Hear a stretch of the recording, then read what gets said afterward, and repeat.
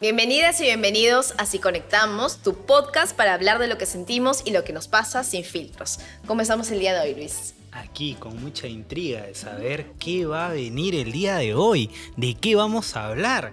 Cuéntanos, Yamile, ¿qué vamos a hablar el día de hoy? Bueno, primero es Yamile. Nuevamente las correcciones del público. Pero 10 veces, Luis, ya pues. Mira, ¿cuánto podcast tenemos que hacer para que te entiendas? ¿Cuál es el octavo, por cierto? Es el octavo. Yo creo que el octavo es la densidad. Así que te voy a dar pie otra vez. ¿Cómo estamos el día de hoy, Luis? Bien, entusiasmados porque queremos escuchar este tema el día de hoy, el cual nuestra invitada va a conversar, que es sobre un tema de que seguramente has hablado ya con tus amigos, amigas, el amor propio. Sí. La autoestima, porque las redes están inundadas para hablar de amor propio y autoestima. Así que vamos a profundizar un poquito más en el tema el día de hoy. Sí, es un tema muy complejo, ¿no? Porque a veces se puede ver como una fortaleza y otras veces como una herida o una debilidad, ¿no? Y para poder entender más esto, estamos con una gran colega, gran invitada. ¿Quiere dar pie? ¿Quién es? ¿Quién será? ¿Quién adivina? ¡Tatán! A ver, los alumnos, por favor, han estado escuchando tanto. De su opinión, ¿qué perspectiva tendrá? Esa risa lo dice todo. Bueno, la voy a presentar yo. Tengo el enorme agrado de presentar a una gran psicoanalista, miembro de la Sociedad Peruana de Psicoanálisis y de la Asociación Psicoanalítica Internacional. Ha sido docente en la PUC y en Intercambio, Instituto de Psicoterapia Psicoanalítica. Es autora de diversas publicaciones sobre temas de género, sexualidad y homoparentalidad. Tiene 2 libros, Cortejo y Culpa, que lo puedes encontrar ahorita mismo en las librerías. Y es parte de una trilogía, así que lee los 2 primeros y el tercero, ahí tienes que estar a por ello. Y también tiene un ensayo muy importante que se llama La rebelión del género sobre sexualidad para padres y cuidadores. Un cuento infantil muy lindo que se llama Y hoy quiero ser. Es un gusto tenerte aquí con nosotros en Si Conectamos, Olga Montero. Aplausos, por favor, a Olga Montero.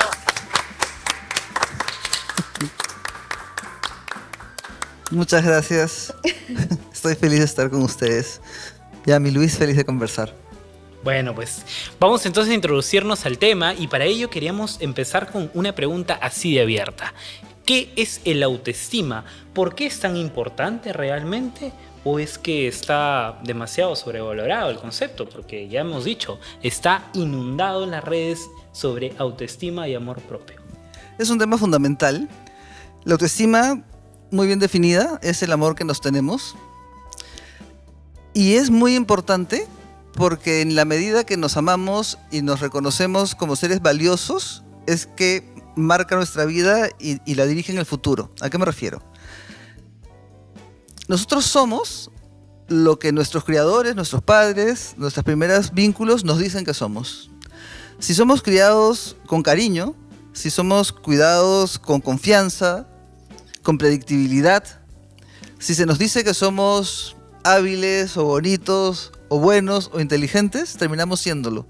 Eso es muchísimo más importante que nuestro CI o los rasgos físicos que tengamos o los rasgos cognitivos. Esa es la autoestima, saberse valioso por lo que uno es. Si uno tiene un buen CI, está fascinante, es muy bueno. Pero a veces hay personas que pueden tener un buen CI y si no tienen una autoestima tal vez no pueden ejercer o no pueden tener sueños que van a ir a cumplir. Entonces la autoestima, que tiene que ver, o podría ser tal vez un sinónimo del amor propio, es fundamental. Y esta transmisión de la autoestima o esta generación de la autoestima se da en los primeros años de nuestra vida y queda como una huella. No es una huella sobre la cual no se pueda construir, felizmente que sí se puede construir sobre ella, pero es una huella que tenemos que reconocer cómo se ha construido, si está sólida o no está sólida, porque puede tener muchas consecuencias. Y no solamente se establece cuando los padres les decimos a nuestros hijos que los queremos mucho o que son valiosos para nosotros, o tal vez hasta lo más importante, lo que más queremos. Es muy importante las palabras, son muy importantes las muestras de afecto, pero tan importante como decirlo es demostrarlo. Es decir, si recogemos al chico temprano del colegio, no lo hacemos esperar, si sabemos sus gustos, si podemos conversar, si cuando llegan del nido o del colegio nos interesamos realmente por lo que nos cuentan. O sea, tiene muchísimo que ver con la manera como interactuamos con nuestros chicos y les demostramos que los amamos y que nos interesa. Las palabras son fundamentales, pero no es lo único. Ahora, esto que tú dices a mí me hace pensar en otro concepto que es importante, que es el autoconcepto, es decir, cómo nosotros nos percibimos, que tú dices, tiene relación con lo que los demás dicen de nosotros desde que somos chiquititos y nos atribuyen cualidades y entonces nos creemos esas cualidades. Si somos niñas, de repente nos creemos niñas bonitas, lindas y en función de eso, pues de repente definimos nuestra identidad, ¿cierto? Totalmente de acuerdo. Y algo que me ha llamado mucho la atención es qué pasa, por ejemplo, cuando decías hace un rato, cuando te atribuyes ser inteligente, ¿no? Y defines tu identidad en función de soy inteligente, soy una persona muy hábil, pero luego en una evaluación te va mal. Y entonces, digamos, esa característica que tú te atribuyes empieza como a tambalear. Que lo mismo podría ser, digamos, en términos de belleza. Siempre hay alguien más, menos guapo, guapa y más, menos inteligente. Creo que estás hablando de un matiz que complejiza. Y eso es muy interesante, porque la autoestima tiene que ver con saberse uno valioso por ser. No porque somos inteligentes somos valiosos, no porque somos bonitos somos valiosos, no porque tenemos algún don somos valiosos. Somos valiosos porque somos seres humanos. Porque si está puesta el valor en una actividad exclusivamente, como tú dices, hay un fracaso y se rompería la autoestima. La autoestima es como la base de todo eso. O sea, a mi hijo o a los chicos o a las parejas las amamos porque son, ¿no? Obviamente tienen cualidades y preferencias y con los chicos con los chicos me refiero a los hijos, con los chicos y las chicas también, obviamente, tenemos ciertas afinidades, ¿no es cierto? Hay cosas que nos gustan más, hay cosas que nos irritan más, eso es totalmente normal. Pero no está la autoestima puesta en el valor que tiene un otro en una función, sino porque el ser es fundamental. A uno lo quieren porque es un ser humano y ese es un valor. Luego podemos ir aumentando evidentemente una serie de desarrollos cognitivos o de habilidades o de cosas que aprendemos, pero posiblemente va a tener más capacidad de aprender aquel que siente que es hábil, pero no porque le han dicho, tienes que ser inteligente, o porque tienes que ser cantante, o porque tienes que ser abogado. Eso sería más bien un problema. Porque, digamos, pasa muchísimo que los padres a veces... Bueno, en realidad creo que siempre tenemos expectativa de los hijos. O sea, sería imposible negarlo. Pero creo que es fundamental reconocer que nuestros hijos son seres autónomos distintos a nuestros deseos. Hay muchos padres que quieren que los hijos sean como uno quiere y lo fuerza. ¿No quieres aprender guitarra? Qué linda es la guitarra, porque a mí me encantaría aprender guitarra. ¿No quieres ser psicoanalista? Mira, qué oficio tan precioso, ¿no? Digamos, de repente se trata justamente de quererlos como son. Esa base es a la que me refiero con autoestima. ¿No? Si el chico quiere ser algo que no sea lo que a nosotros nos gusta o habíamos pensado y lo respetamos y nos emocionamos y le preguntamos de qué se trata, cuéntame, porque puede ser que yo no entienda o no conozca aquello que le gusta. Entonces, justamente el amor no está condicionado a una habilidad, no está condicionado a una actividad o a algo afín necesariamente. Claro. Esa base es la autoestima. Entonces, digamos, si uno se siente valioso y no es bueno en matemáticas, no pasa nada. Uno no puede ser bueno en todo, a uno no le puede gustar todo, y eso no quita nuestro valor, o no debería quitarlo. A eso me refiero con autoestima, a esa base de solidez donde uno es valioso porque es, y donde puede tener fracasos en la vida y eso a uno no lo destruye ni le hace perder el valor. Por eso es que esa instancia fundamental del desarrollo es muy importante. Pasa que a veces se le confunde con arrogancia. Pasa que a veces se le confunde con narcisismo y no es lo mismo. Es un buen punto. Es un gran punto, porque, digamos, el narcisismo es, digamos, también podríamos, desde Freud, considerarlo una etapa del desarrollo. Todos tenemos narcisismo. El bebé solamente se conoce así cuando nace. Va pasando el tiempo y uno evidentemente va generando vínculos de identificación, de cariño, donde recibimos esta información sobre nosotros.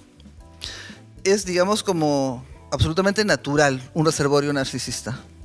Pero ¿cómo crece un narcisismo sano. El narcisismo sano es la autoestima. Es el valor que uno tiene de sí mismo porque es.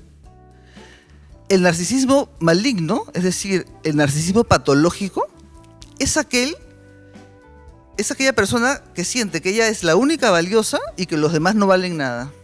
O que necesita que el otro no valga para él valer. O necesita la mirada del otro absolutamente porque si no siente que no es nada, ¿no? Entonces, digamos, el maligno, el patológico, es aquella persona que siente que ella misma es lo único importante y que los demás pueden ser sus objetos, sus cosas, sus objetos de uso. Ahí hay una patología. No es lo mismo la autoestima que el narcisismo maligno. Y la arrogancia va en esa línea, con sus matices, como siempre todo, con sus matices, ¿no? La arrogancia también es sentirse superior al otro, ¿no? Una persona que tiene una buena autoestima va a estar feliz de conocer a alguien que le enseñe, va a estar feliz de conocer a alguien que aprenda, que le pueda enseñar, o que tenga un oficio diferente, ¿no? Voy al teatro y veo a las actrices y a los actores y me quedo fascinada. Es una habilidad que evidentemente yo no tengo y no es que la añore porque digamos que no es mi oficio, pero la admiro profundamente. O puedo estar aprendiendo, así me siento, a escribir, ¿no? Y leo autores que escriben fantástico y aprendo de ellos y al contrario, es un placer, ¿no?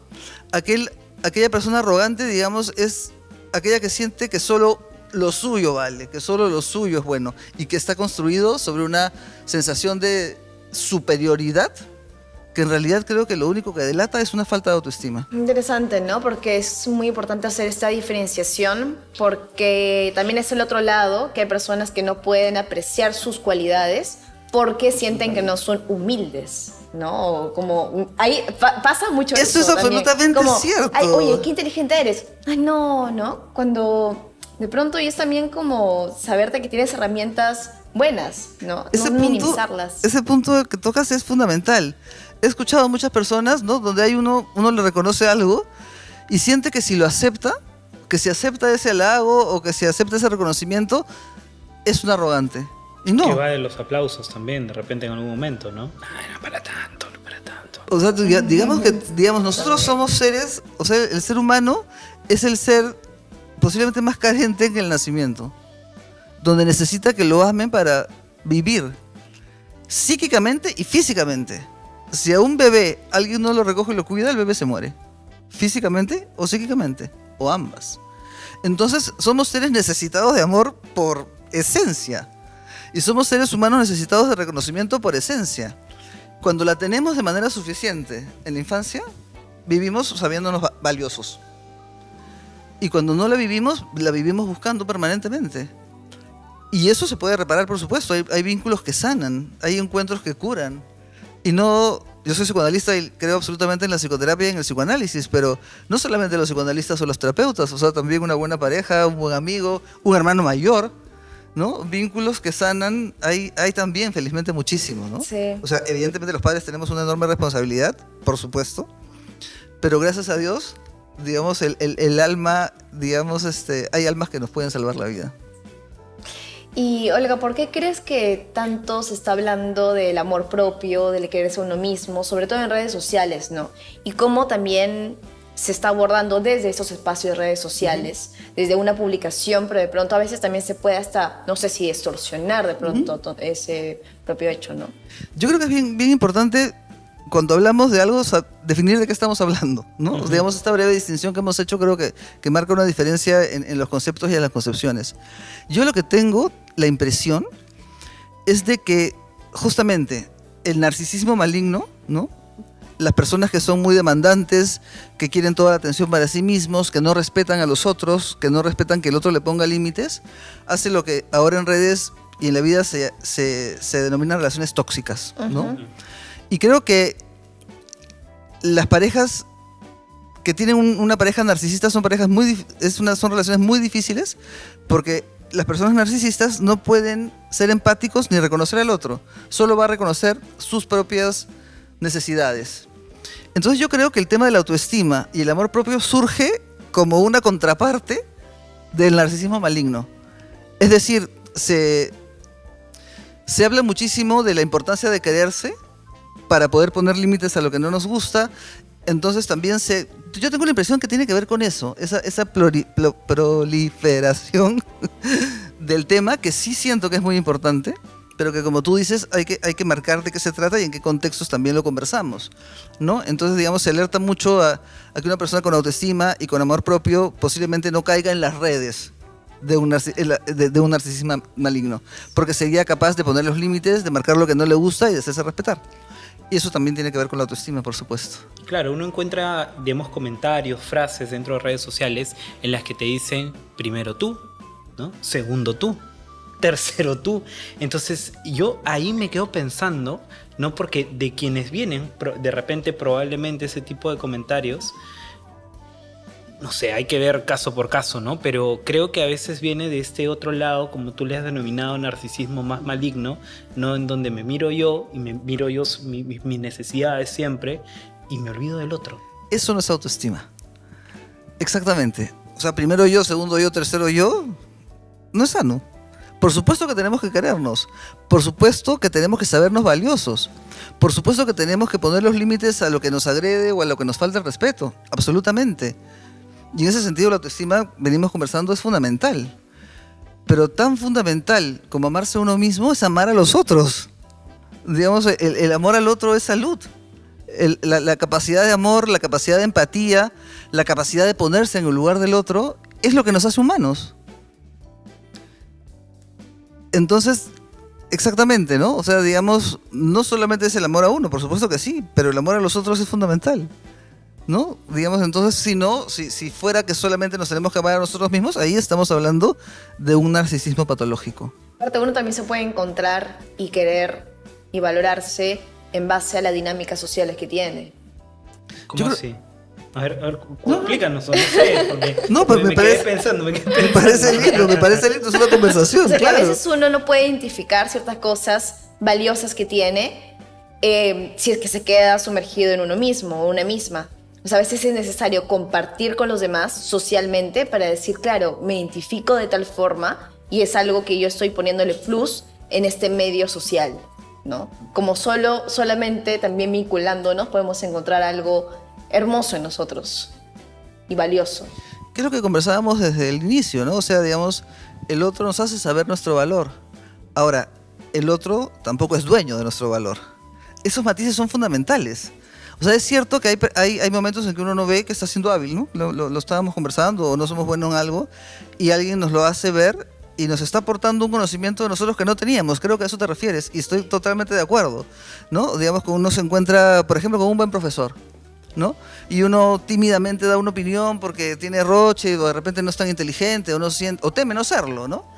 Pero de repente hay un profesor que da confianza y apertura a conversar, o a discrepar, o a escucharse, y alguien da una opinión y es reconocida por el profesor, por el grupo, y uno se sorprende de que sí tiene algo que decir, ¿no? Y eso, por eso les decía, no solamente la terapia, o sea, también grupos sanos donde la gente reconoce habilidades de uno, u opiniones, o respeto, también nos constituyen y también nos aportan a la autoestima, ¿no? El lado extremo, como siempre todo, digamos, es una cuestión de grado, ¿no? También hay exigencias sociales que nos exigen de tal manera que es imposible que lo cumplamos, ¿no? O sea, digamos, no sé, pienso en las mujeres, o en la maternidad, o en la productividad que tienen que tener los hombres, o sea, todo este tipo de... todos los estereotipos del rol, o todas las exigencias que existen en la sociedad de cómo uno tiene que ser, terminan enfermándonos, porque casi son imposibles de cumplir todas. Entonces, cuando uno tiene la autoestima, para seguir con el tema, uno dice, bueno, elijo esto, esto no tiene nada que ver conmigo. O sea, que la sociedad diga tal cosa, no necesariamente, ¿no? Pensando en la maternidad, por ejemplo, ¿no? Que es algo que se le exige a las mujeres porque si no son madres no son nada. O sea, digamos, eso es una exigencia que no tiene que ver con la naturaleza de que si no tienes hijos no eres nada. Es absurdo, es una exigencia terrible que deviene de situaciones de poder, de patriarcado, en fin. Otro día hablaremos de esos temas tan interesantes. Pero, digamos, uno puede sentir, ese mandato no es para mí, ¿no? Yo no quiero, no en este momento no me siento lista, o de repente nunca lo voy a querer, porque no es el plan de mi vida.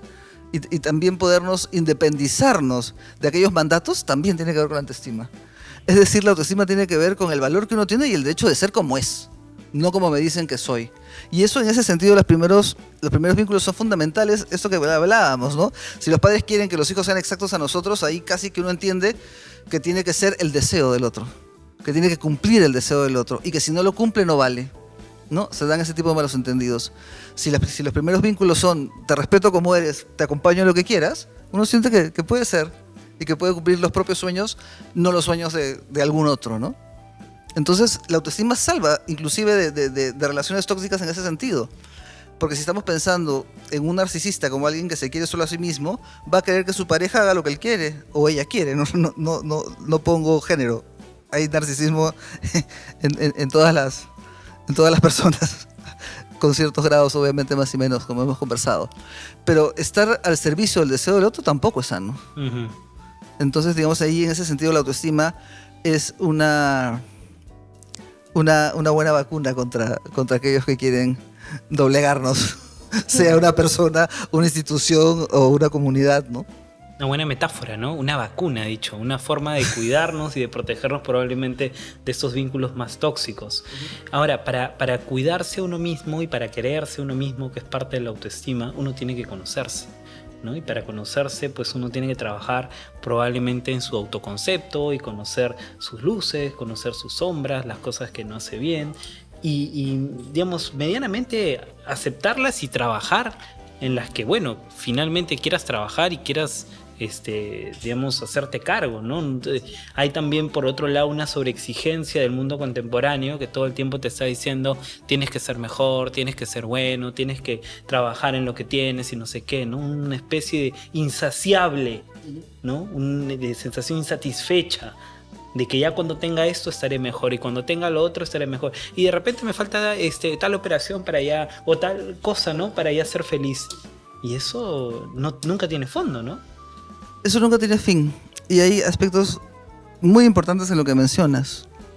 Yo creo que uno de los aportes del psicoanálisis freudianos específicamente más relevantes tiene que ver con el reconocimiento de que los seres humanos tenemos pulsiones de vida, el eros, y pulsiones de muerte agresivas, que serían el tánatos. Todos los tenemos. Entonces tenemos que reconocer nuestras partes más eróticas en el sentido de creativas, y nuestras partes más ligadas a la muerte en el sentido de destructivas. Justamente porque si la negamos no la podemos trabajar, como tú bien dices, ¿no? Y creo que el concepto de perfección tampoco existe. O sea, digamos, tenemos que ser perfectos. ¿Quién diría? Suficientemente bueno, ¿Quién diría? Exactamente, ¿no? Pero reconociéndonos, digamos, en nuestras virtudes y en las que no tenemos, ¿no? Porque el nivel de perfección es un martirio. O sea, si aspiramos a la perfección, vamos a ser felices muy poco tiempo, porque no lo somos, ¿no? Ahora, tú has mencionado otra área que creo que es muchísimo más social, que tiene que ver con el concepto de felicidad y cómo es que vas a ser feliz. Entonces, digamos, ahí viene el capitalismo y nos dice que tenemos que ser felices comprando o siendo exitosos con una definición de éxito que es la que ellos tienen, que puede funcionar para muchos. Yo no me opongo a quien la elige, pero que nos hagan creer que es la única manera, eso sí me parece un problema. Porque hay millones de formas de ser feliz y cada uno tendrá que encontrar la propia, ¿no? Y creo que en eso el psicoanálisis es muy respetuoso, ¿no? O sea, la función del analista no es decir lo que uno piensa ni pensar para lo que uno es, lo que a uno le gusta, igual que los padres, ¿no? Es un poco que ayudar a la persona a que encuentre sus propios sueños, sus propias fascinaciones y particularidades, y no hay un concepto de felicidad, ¿no? Ya el que implica compra ya me genera un poco de sospecha. Claro. Algo les queremos meter en este programa, por si acaso. Yo creo que les queremos vender en este programa libertad. Libertad, en el libertad. sentido de... Yo creo que la autoestima, por ejemplo, está muy ligada a la posibilidad de ser libre. O sea, si yo siento que soy valiosa en mí, digamos que tengo mucho más posibilidades de ser libre, porque voy a estar vacunada o digamos, menos vulnerable a los deseos de los demás. Y esta vacuna que estamos hablando, que ya la pusimos así, estamos hablando de estima, vacuna, ¿cómo se puede ver en el trabajo, en la familia, en los diferentes ámbitos de la vida? Que hablaste justamente que es para esas personas que pretenden sublevarnos de una u otra forma, de pronto usar esta vacuna, ¿no? ¿Cómo se desarrolla en estas diferentes áreas? O si hay alguna más importante que otra.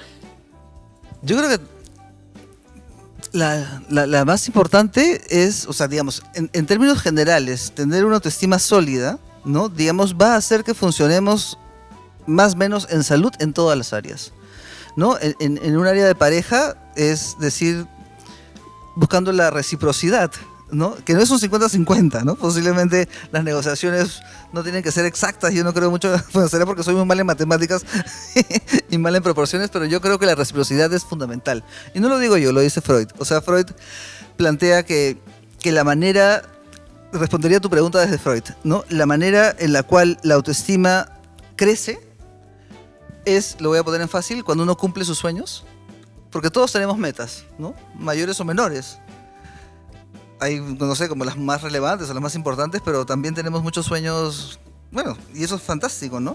En la medida que vamos cumpliendo nuestros sueños o los retos que nos imponemos, nuestra autoestima sube, ¿no? Porque vamos sintiendo que vamos logrando, y eso no quiere decir nuevamente la perfección, eso quiere decir también disfrutar el camino, ¿no? También disfrutar el aprendizaje, ¿no? O sea, digamos, no es feliz cuando ya eres psicólogo. Tal vez disfrutaste de todas tus clases y te diste cuenta qué cosa te gusta más, que hay algunos cursos que no te gustan para nada y que, bueno, vas avanzando. Y no es solamente la meta, el camino y disfrutarlo tiene muchísimo que ver, ¿no?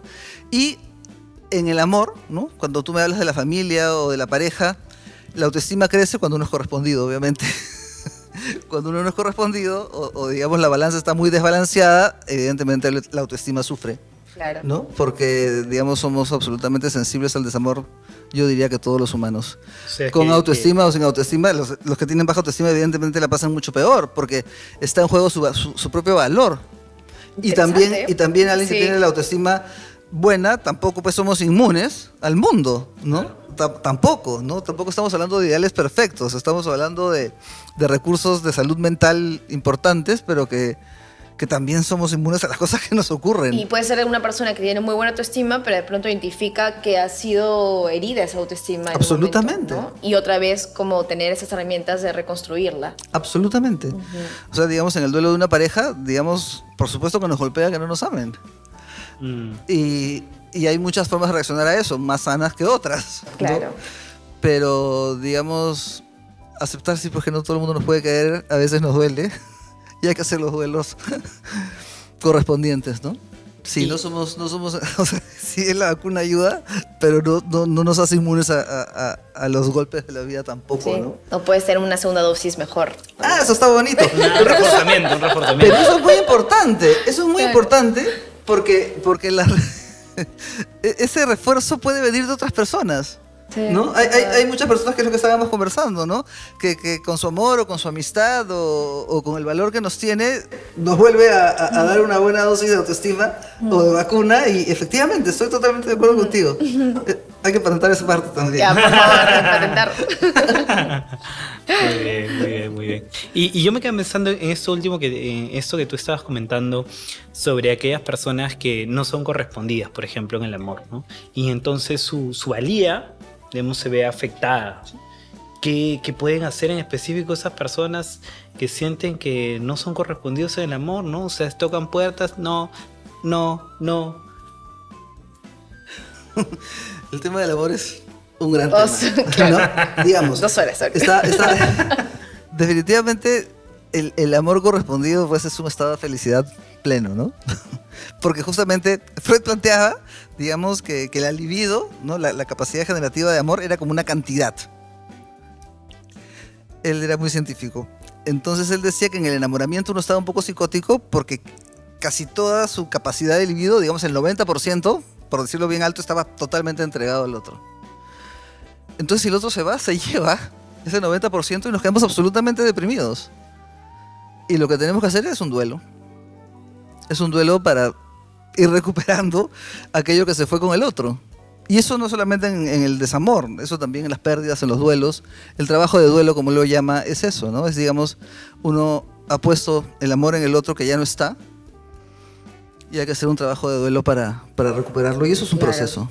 Eso Es una un muerte proceso. psíquica, pues, ¿no? También, sí. Es un dolor, sin duda. Y digamos, pensando en estas personas que ni siquiera han, digamos, entrado en un vínculo de pareja, sino que simplemente han sido rechazados desde el inicio, ¿no? que probablemente haya un público que quiera saber qué hacer en esa situación, ¿no? En sentirse no correspondido, ni siquiera o muy pocas oportunidades, y que más bien siente que la vida menos sentido tiene. Cuando me hablas de la pérdida del sentido de la vida, estamos hablando de depresión, ¿no? Entonces, digamos, cuando es un tema tan fuerte, donde uno siente que la vida no tiene sentido y estamos deprimidos, creo que buscar ayuda es algo muy importante, ¿no? Y alguien que fracasa permanentemente en el amor, ¿no? Digamos que sí sería muy bueno tener una terapia un poco también para entender qué está ocurriendo, ¿no? Tal vez hay una desconfianza inconsciente de base, tal vez, digamos, su autoestima está muy baja y siente que nadie puede quererlo y anticipa lo que ocurre, ¿no? Claro. Entonces, digamos, es muy difícil hablar de casos particulares sin conocer, porque si algo he aprendido en este oficio es que no se puede generalizar, ¿no? Que cada uno tiene una historia única, pero igual entiendo la pregunta, y creo que ya cuando hablamos de una dificultad en entablar vínculos, posiblemente tenga que ver, posiblemente, no lo firmo, con una dificultad primaria en los vínculos primarios, ¿no? Generalmente cuando uno tiene buenos vínculos es como que va más confiado. Eso no quiere decir, como estamos conversando, que uno no pueda salir eventualmente golpeado. Claro. Pero no destruido a tal punto. Claro, ¿no? claro. O sea, uno lo pasa mal y lo sufre sin duda, pero tiene como más recursos psíquicos, emocionales para recuperarse. Claro, y es que en el fracaso a veces hay desaliento, ¿no? O sea, porque, claro, vas intentando una vez, no funciona, vas una segunda vez y no funciona, ¿no? Porque pensando, por ejemplo, en un grupo de personas o en algunas personas que tengan esa expectativa de eso del amor romántico, hemos dicho, ¿no? Construir un amor para toda la vida, y entonces no funciona esta relación, otra vez un fracaso. Y empieza otra, no vuelve a funcionar, ¿no? Entonces, me quedo pensando, digamos, en ese grupo de personas, para también darles de repente algún mensaje, ¿no? Y que de repente no llegan a tocar la puerta de un consultorio, de un psicólogo, y más bien buscan pues ahí, seguramente como deslizas ahorita en TikTok o en Instagram, ¿qué puedo hacer? Cuando una situación se repite, y se repite continuamente, se crea una sospecha en el psicoanalista, ¿no? O sea, cuando hay un dolor que se repite con frecuencia, algo está uno queriendo sanar inconscientemente. Entonces, digamos, si hay algo que nos pasa con muchísima frecuencia, ¿por qué siempre escojo este tipo de parejas?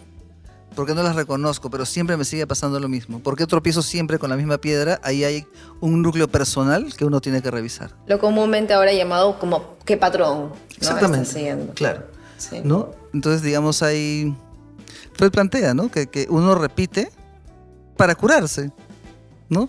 Porque tal vez es una herida del pasado, tal vez es una herida de otro tiempo, ¿no? Que sigue repitiéndose, con la esperanza de ser curada o vista de otra manera, o reparada, ¿no? Y lo bueno de los humanos es que tenemos la capacidad de reparar. Tanto cuando hacemos daño, podemos reparar, y tanto cuando tenemos algunas ausencias o carencias, también se pueden reparar, ¿no? Sí. O sea, digamos, eso es una gran virtud que tenemos los humanos, y eso me deja esperanza. Y ahora, cuando hablaste del narcisismo, la arrogancia, me quedé pensando también en qué tanto le damos el poder a la mirada del otro en la construcción de nuestra autoestima.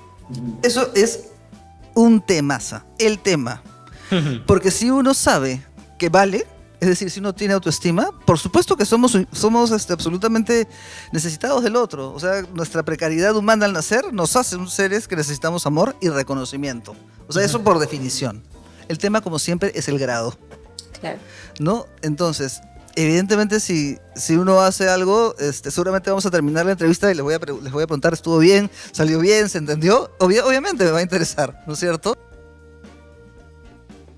Eso es normal, ¿no? Pero, digamos, siempre queremos un reconocimiento, y siempre este alimento del otro nos nutre. Una validación. Una validación, un reconocimiento, un aplauso.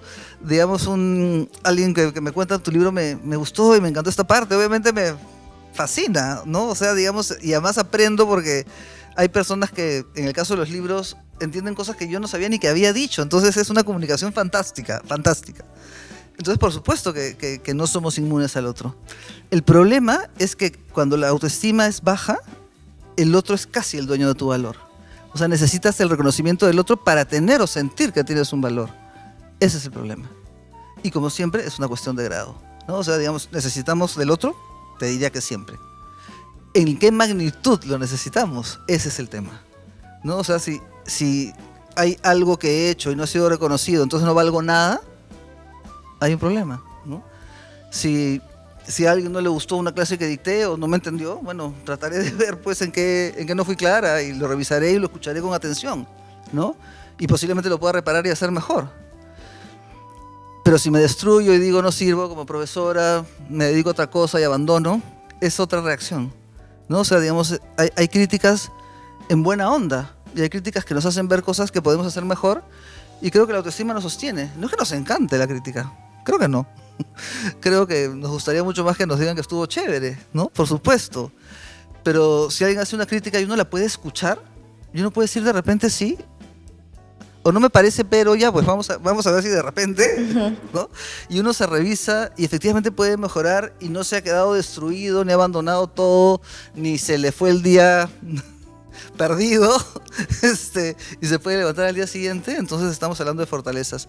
Pero si una opinión negativa nos destruye, y destruye nuestra carrera o nuestro oficio y sentimos que ya todo está perdido, ahí hay una fragilidad, claro, ¿no? Entonces, digamos, creo que hay que observar un poco eso, ¿no? Bueno, quiero atreverme a esta parte a improvisar algo que no estaba mapeado ni seteado, y es de repente también conectar con el público, y conectar con el público a través de repente de alguna pregunta, alguna consulta. Tenemos, te comentaba, bien, Luis, rompiendo la cuarta pared. Estudiantes, sí, cuarta pared, que esté presente. Y tenemos estudiantes de psicología, ellos justamente vienen de un curso que se llama Técnicas de Entrevista, donde justamente van a aprender a ser entrevistadores, y la idea es que también de repente ellos en sus curiosidades personales de todo lo que venimos conversando hasta este momento, tal vez te puedan hacer una pregunta abiertamente, ¿no? De lo que quieran saber.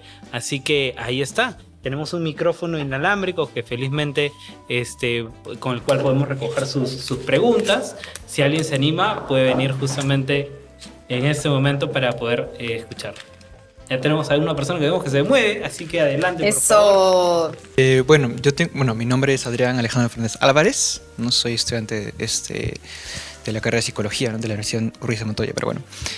Mi pregunta es lo siguiente. El tema de la autoestima también podría estar ligado con cómo podría influir los filtros. O sea, cómo los filtros en las redes sociales podría influir en la autoestima de los jóvenes adolescentes. ¿Cómo es lo que más o menos usted podría afectarles? Y cuando te refieres a filtros, necesito te refieres eso. a los de Instagram, necesito ¿no? eso. Necesito a esos efectos que hay. me aclares el tema de los filtros. ¿Ya? Por favor. Está bien. El tema de los filtros, me refiero en el tema son cambios drásticos en la imagen corporal, ¿no? O facial, ¿no? De la persona en este caso, ¿no? Que son agrandar la nariz o boca o mejorar la belleza de los ojos, ¿no? Y entre otras cosas más, ¿no? Y últimamente también se ha visto el tema de filtros hechos por la IA, por la inteligencia artificial, ¿no? O sea, primero fue la realidad aumentada, que justamente le comento, por un lado, y la otra la inteligencia artificial. Eso no sé si también involucra también un aspecto importante que la autoestima. No sé cómo podría afectar en eso. Me parece muy buena tu pregunta, porque evidentemente he visto los filtros y es como embellecerte o aumentar algún rasgo que tú no tienes, ¿no? Y uno se genera el filtro para calificar del modelo de belleza, ¿no? Si es que estamos hablando de eso, si te he entendido, ¿no? Entonces, claro, ahí nos enfrentamos a una exigencia cultural donde dice que, no sé, tenemos que ser flacos, tenemos que ser jóvenes, tenemos que tener un cuerpo marcado, digamos, quien lo tiene fantástico, pero digamos el mandato y vivir para eso, o valer menos si no lo tiene, es un problema, ¿no? Entonces, digamos, a mí me parece absolutamente importante estar saludable y sentirse bien con uno mismo, en eso estoy plenamente de acuerdo. Pero digamos que si tenemos que recurrir a filtros, es decir, a cosas que nos mejoran pero que no tienen que ver con el respeto de que somos como somos, hay un problema, ¿no?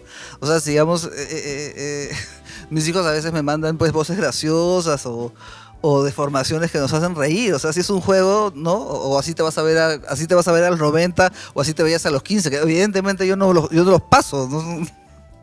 qué miedo, ¿no? Pero digamos, si son un juego, si es para divertirse o para hacer una broma, feliz. Pero es que si yo no puedo salir tal cual soy sin el filtro, sí hay un problema de autoestima. Te agradezco un montón la pregunta. Y lo que te dije al inicio es cierto. O sea, yo creo que la autoestima nos permite correr riesgos. Nos permite atrevernos a cumplir los sueños. Nos permite avanzar hacia ellos y a veces levantarse a hacer una pregunta también, ¿no? También uno dice, pucha, y claro, y si yo no te entiendo, que no te entendí el filtro porque somos de otra generación, me lo explicaste y ya lo entendimos y podemos conversar y te agradezco la pregunta. Bien, Gracias. Gracias, Adrián, a tu pregunta. Si hay una última consulta, la pueden hacer antes de cerrar nuestro programa. Vamos a ver si alguien más se anima. A ver, Noé, Diana. Diana tiene una pregunta, vamos a escucharla.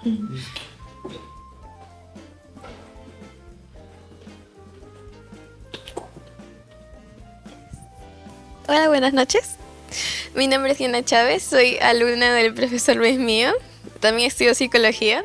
Y mi pregunta es si la depresión está asociada con el autoestima. Porque a veces uno se puede ver muy wow, pero a veces cuando le da un bajón vuelve a recaer y dice, ay no, no soy nada realmente. Entonces, esa era mi pregunta. Muchas gracias por la pregunta. Yo creo que la depresión definitivamente está relacionada con la autoestima, en el sentido que cuando uno está deprimido siente que no vale nada, ¿no? Siente que no hay oportunidad, que no hay nada que tenga sentido, uno no le encuentra la vitalidad o el sentido o el goce de la vida, ¿no? Digamos, es más grande, ¿no? Siendo una patología, la depresión es como más grande, pero que afecta la autoestima. Y la autoestima, o sea, digamos, pensando la depresión como un vacío de los primeros años de vida, está también muy relacionado a lo que tú propones, ¿no? O sea, digamos, la autoestima está afectada de todas maneras. Y es una buena vinculación. O sea, no todas las personas que tienen baja autoestima están deprimidas necesariamente, ¿no? Pero cuando alguien está deprimido, la autoestima está afectada de todas maneras. Sí hay una relación. Gracias. Gracias. Muchas gracias, Diana, por la pregunta. Gracias, chicos. Y a los chicos que se han animado a hacer sus preguntas. Sí, ¿y qué? Ahora toca la dinámica. La dinámica, ese es el segmento. Tarararán, tararán. ¿Qué vendrá? Una dinámica diferente cada sesión. Eso es. Esa dinámica se llama ¿te hace ruido esta frase? Vamos a leer frases que hemos visto en redes sociales, en canciones, en conversaciones así como casuales. Y nos vas a comentar, Olga, ¿qué opinas de esta frase? A ver. Primera frase. A ver. De tu mirada psicoanalítica. Uy. ¿Esta frase ayudan, presionan o confunden? Vamos a ver. ¿Qué te hace ruido? Primera frase. Luis, ¿quieres? Claro que sí, vamos con la primera. Tienes que aprender a amarte primero, porque el amor más importante es uno mismo. ¿Te hace ruido?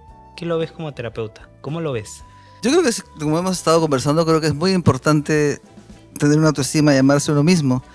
Pero así como amarse es importante, es tan importante amar a los otros, ¿no? Digamos, no solamente es de un lado, no solamente es a uno. Creo que el amor al otro nos enriquece profundamente y la capacidad de reconocer en el otro valor es fundamental. Es un poco parcial, digamos, ¿no? Es importante, pero no es lo único importante. Segunda frase. Si tú no te valoras, nadie más lo hará. ¿Qué opinas? Eso es sumamente fuerte, ¿no? ¿Te empodera o carga con más culpa? Digamos que tiene un par de lados que le encuentro, ¿no? O sea, yo creo que sí es importante darse un valor y si el otro no te lo da, poner los límites, ¿no? Pero muchísimas veces lo que conversábamos hace un rato y que lo proponías tú es que el amor de los otros también nos construye, ¿no? O sea, digamos, el valor propio es fundamental, pero a veces hay áreas de nosotros que también hemos conversado, no conocemos, y hay otro que nos regala el conocimiento de ese valor que nosotros no veíamos, ¿no? Entonces, digamos, sí, obviamente es importante darse un valor, pero también es muy importante poder recibir del otro el valor y darlo, por supuesto, ¿no? O sea, digamos, creo que aquí hemos conversado el tema de la reciprocidad, que creo que es un factor fundamental en una relación sana, ¿no? Para no olvidarlo. Y esto se escucha muchísimo, Olga.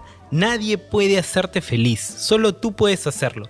¿Tiene algo de verdad o nos deja más solo? Yo creo que es fundamental ser una buena compañía para sí mismo. Creo que es fundamental tener planes y tener sueños y tener proyectos propios. Pero yo creo que nunca soy más feliz que con la gente que yo amo, ¿no? Digamos, compartiendo con la gente que uno quiere, compartiendo con personas nuevas, escuchando preguntas que a uno lo hacen pensar, compartiendo con los otros, uno es absolutamente feliz, ¿no? Digamos, Sí. creo que es muy bueno saber estar solo, pero tampoco es una apología a la soledad, para nada. Creo que es bueno poder tener planes propios, ideas propias, conceptos propios, por supuesto, pero yo creo que el compartir, creo que el amar, creo que el estar con personas que amamos y que nos aman, o con amigos, o con personas a las cuales somos afines, o que nos unen interés común, ¿no? Digamos, son los mejores momentos de la vida. Esa es mi opinión en todo caso, sí. Muy bien. Y la última. Ah, la última. Oh, yo quería otra. Bueno, también puede decirnos, ¿ah? Una frase por ahí. Esa frase lo dice todo el tiempo. A ver, sí, es así. El amor propio lo es todo. El amor propio es mucho. El amor de los demás es enorme también, ¿no? Por supuesto. Digamos, el amor propio es muy importante, pero el amor de los otros es una maravilla, es un regalo, ¿no? Yo creo que el estado del amor es el mejor estado. Correspondido. Para aclarar. Para aclararlo, por O favor. sea, aclararlo en el sentido de una reciprocidad, como les digo. Yo no soy una matemática, no hablo de porcentajes ni de 100, ni igualito, cero, ¿no? Porque Claro. somos muy distintos. A veces apoyamos nosotros en alguna habilidad y nos dan lo que nosotros no tenemos. O sea, digamos, simplemente tiene que ver con una fluidez donde las dos personas son reconocidas Claro. como seres distintos a uno mismo y valoradas en esa diferencia, y ahí se da un intercambio mágico. Bueno, genial, ha sido un tremendo gusto pues tenerte en Para este mí, programa, Olga, para mí. haberte escuchado en este tema que es tan importante, a la vez que es muy querido por la gente y que creo que nos invita y nos da una mirada equilibrada, ¿no? Entre, digamos, valorarnos a nosotros mismos, cuidarnos, pero a la vez también valorar y cuidar al otro y encontrar un equilibrio en ese encuentro, ¿no? Justamente que es nuestra identidad y que nos permite querernos cada día más. Sí, hermoso tenerte aquí, Olga, de tu mirada profunda, humana, también como muy cuidada, ¿no? Y es un espacio para eso, para poder dialogar, abrir diálogo a través de conversaciones que uno a veces es difícil de hacérselo, ¿no? Y cuestionar sobre todo. Has dicho una palabra clave, que es el cuidado. Creo que esa palabra también posiblemente englobe o resuma o contenga la conversación que hemos tenido. Cuidarse uno mismo y cuidar al otro. Si así funcionáramos, qué diferente sería el mundo. O sea, si nos cuidáramos y cuidáramos a los otros y eso fuera una reciprocidad, mira, creo que sería el ideal que todos queremos. Sí. Buenísimo. Muchísimas gracias por la conversación, lo he disfrutado profundamente. Todo el apoyo de ustedes, la compañía. Gracias, las chicos, preguntas también, fantásticas. sí.